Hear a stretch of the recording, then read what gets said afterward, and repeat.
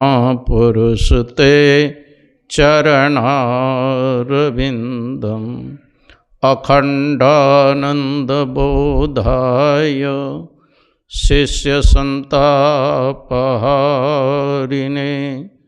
सच्चिदानंदरूपाय रामाय गुरवे नमः। पूज्यपाद गुरुजन, उपस्थित माताओं एवं भक्तिमती बहनों, मुदमंगल में संत समाज, आइए 2-4 बार भगवान नाम का संकीर्तन करें। जय जय राम, जय जय राम, जय जय राम कहो, जय जय राम, जय जय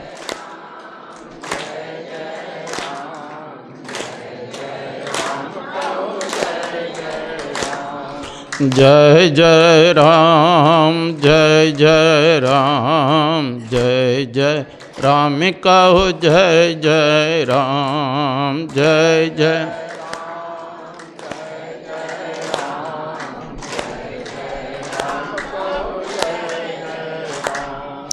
जयति जयति जय राम, ओ राम राम जय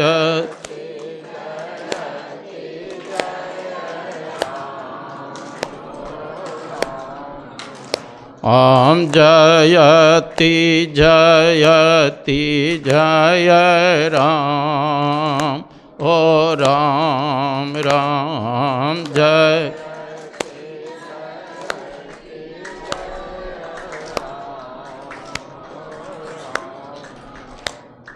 सब में व्यापक सब ते न्यारा,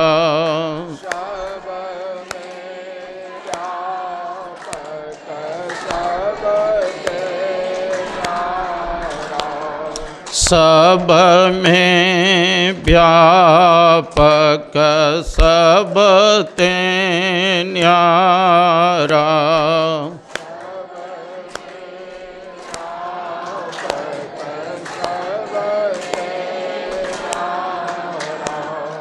सब घट एक ही राम, हो राम राम सब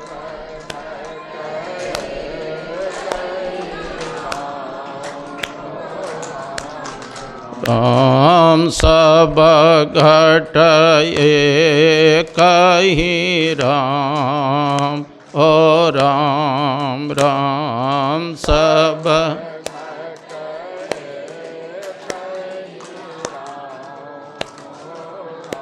बोलिए प्रेम से श्री सद्गुरु महाराज। गुरु महाराज की असीम कृपा से हम लोग संत मत सत्संग में बैठे हुए हैं। संत मत सत्संग के द्वारा एक ईश्वर भक्ति का प्रचार प्रसार किया जाता है। एक बार एक सत्संगी आए कुप्पा घाट और गुरु महाराज के दर्शन करने के लिए। तो उस समय गुरु महाराज लेटे रहते थे, 100 वर्ष की अवस्था हो चुके थे। तो उस सत्संगी के मन में हुआ, अगर इनकी सेवा करने वाले नहीं रहते तो ये तो पड़े रहते बिछावन पर, सारा कार्य बिछावन पर ही होता। इतने में क्या देखते हैं वो सत्संगी, थोड़ा देर के बाद जब आते हैं तो गुरु महाराज टेढ़ी लाठी लेकर के अपने कमरे में घूम रहे हैं। उनके मन में हुआ, गुरु महाराज की क्या सेवा करेंगे, ये तो गुरु महाराज सेवा करने का मौका देते हैं, है ना। वो तो पहुँचे हुए पूर्ण ब्रह्म है, ईश्वर है, उसके लिए कुछ बाकी है क्या। सेवा करने का मौका देते हैं।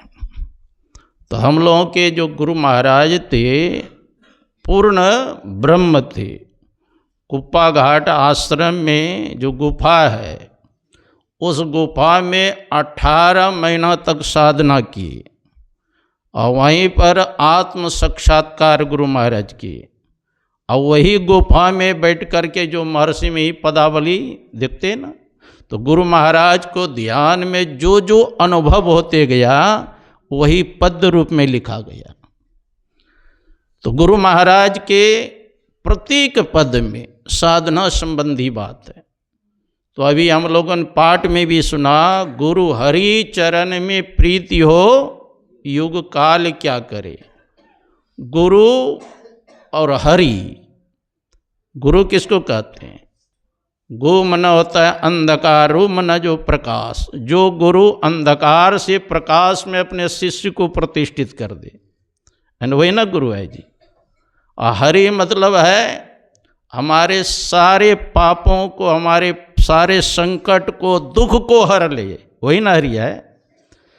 तो जैसे गुरु है वैसे ईश है, और जैसे ईश है वैसे गुरु है। इस भावना से शिष्य को सेवा करनी चाहिए।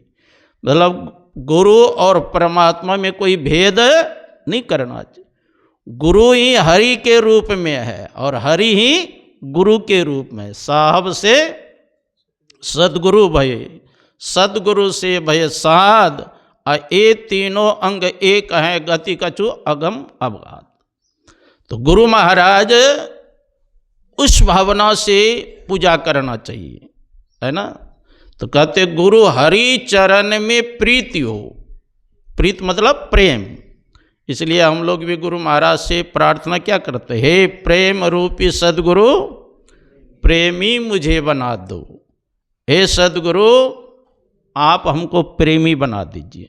प्रेम भक्ति गुरु दीजिए, बिन भव कर जोड़ी। प्रेम भक्ति दीजिए।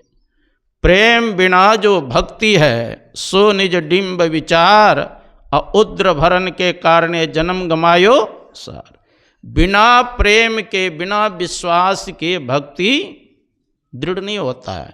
इसलिए रामचरितमानस में तुलसीदास जी महाराज लिखते हैं, भवानी शंकरो वंदे श्रद्धा विश्वास रूपिणो, याभ्याम बिना न पश्यन्ति सिद्धस्वंतस्तमीश्वर।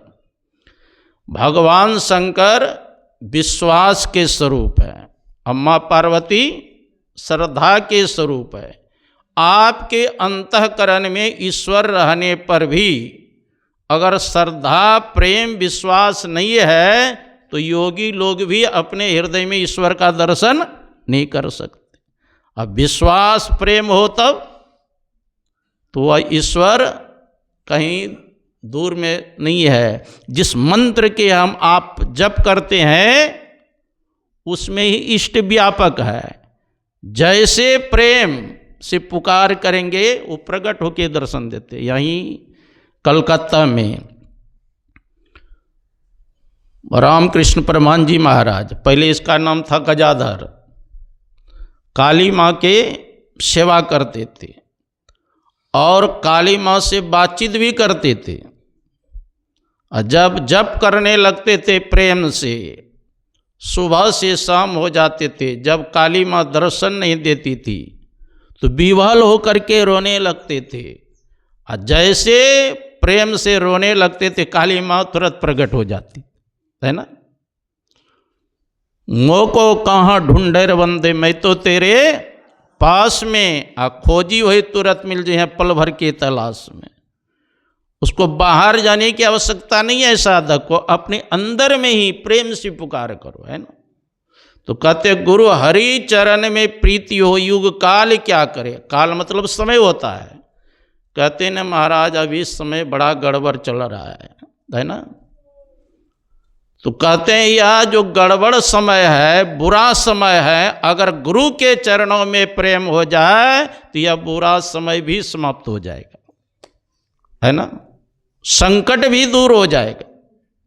इसलिए प्रेम होना चाहिए, विश्वास होना चाहिए, श्रद्धा होनी चाहिए, है ना।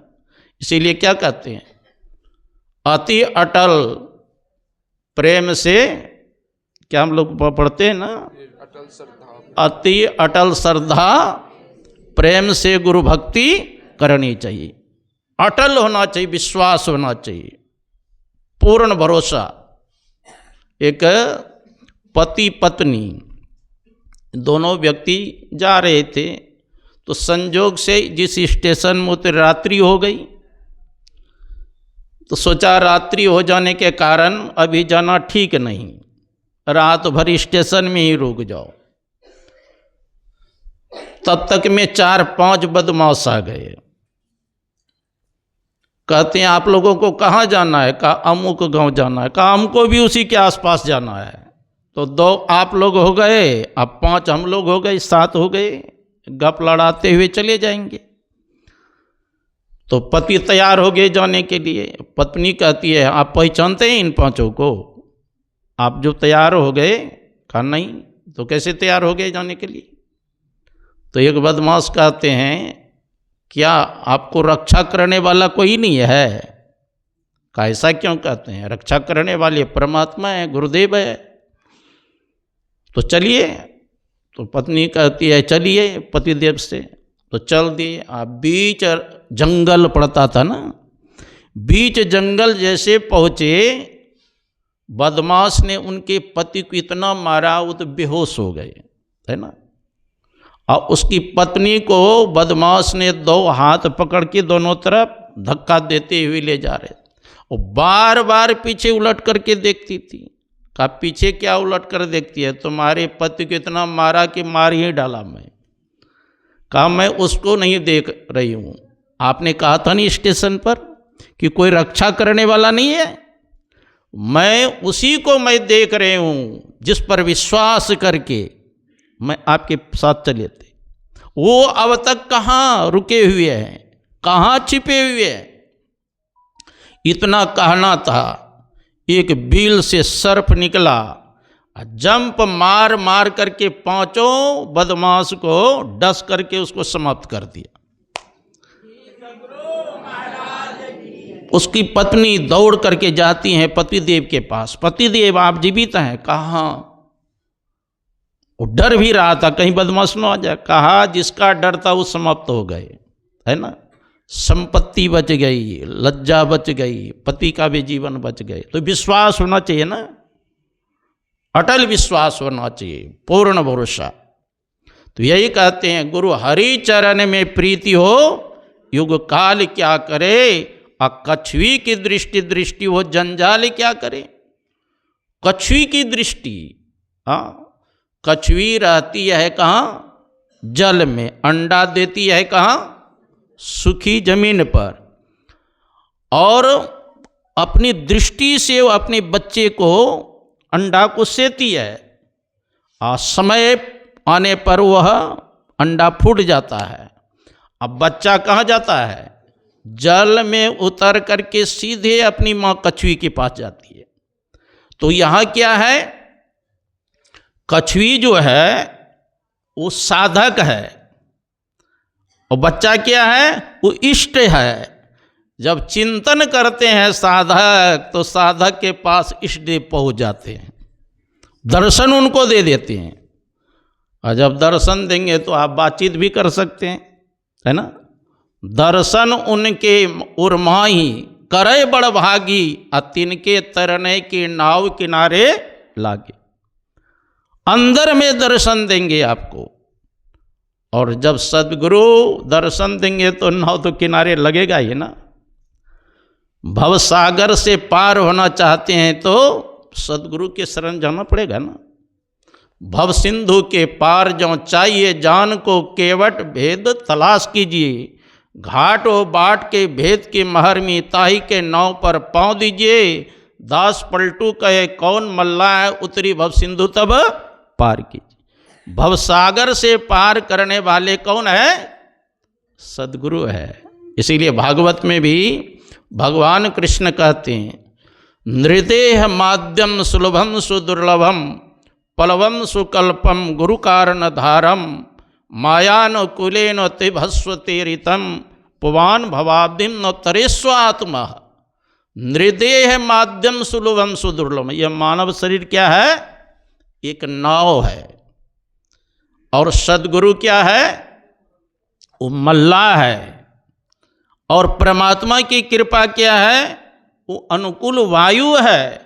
का इतनी सुविधा होने पर भी अगर भवसागर पार होने का प्रयत्न नहीं करता है तो आत्महत्या की पाप लगता है।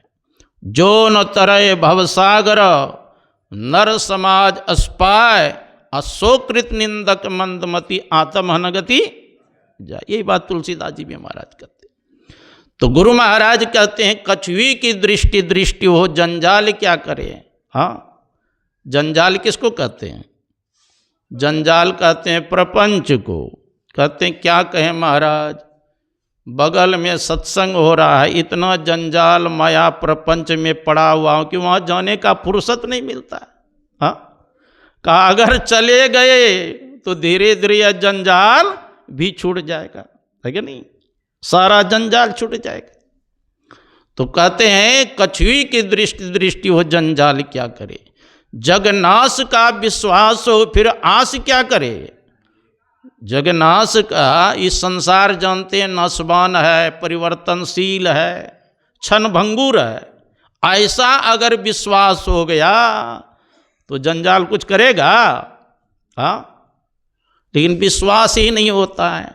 संसार को ही सर्वस्व मान लेते हैं, बाल बच्चा को ही सर्वस्व मान लेते हैं, धन संपत्ति को ही सर्वस्व मान लेते हैं। यह सब परिवर्तनशील है। मैं जब बनारस में पढ़ता था तो संपूर्णानंद यूनिवर्सिटी में एक होता है पहले लिखित परीक्षा फिर मौखिक परीक्षा होता है। तो मौखिक परीक्षा में आचार्य से में हमसे पूछ रहे थे कि महाराज बताइए ये संसार सत्य है क्या असत्य है? मैंने कहा असत्य है, क्षणभंगुर है, परिवर्तनशील है। ब्रह्म सत्यम जगन मिथ्या जीवो ब्रह्मैव न परा। ब्रह्म ही सत्य है, संसार मिथ्या है। जीव ब्रह्म से अलग नहीं है, ईश्वर अंश, जीव अविनाशी चेतन अमल सहज सुख राशि। ईश्वर का अभिन्न अंश यह आत्मा है और सहज सुख की राशि है। जीव आत्म प्रभु का अंश है, जस अंश नभ को देखिए घटमट प्रपंचन जब मिटे नहीं अंश कहना चाहिए। जीव आत्मा ईश्वर का अभिन्न अंश किस प्रकार है?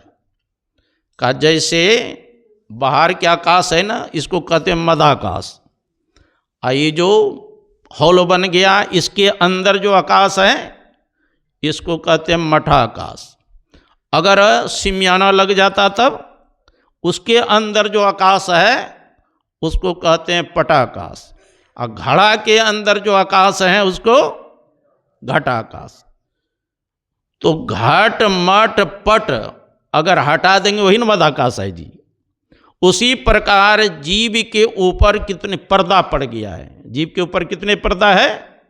घट तम प्रकाश व शब्द पट त्रय जीव पर है चारे। अंधकार प्रकाश और शब्द तीन पर्दा यह जीव के ऊपर है। और यह जीव 5 शरीर के अंदर है। कितने शरीर के अंदर? स्थूल, सूक्ष्म, कारण, महाकारण, कैवल्य। और यह जीव 3 अवस्था के अंतर्गत है। जागृत अवस्था में जीव दोनों नेत्र के बीच में रहता है। स्वप्न में जीव कंठ में आ जाता है और सुषुप्ति में हृदय में आ जाता है। 3 अवस्था के अंदर। और यह जीव 5 कोष के अंदर है। कितने कोष के अंदर?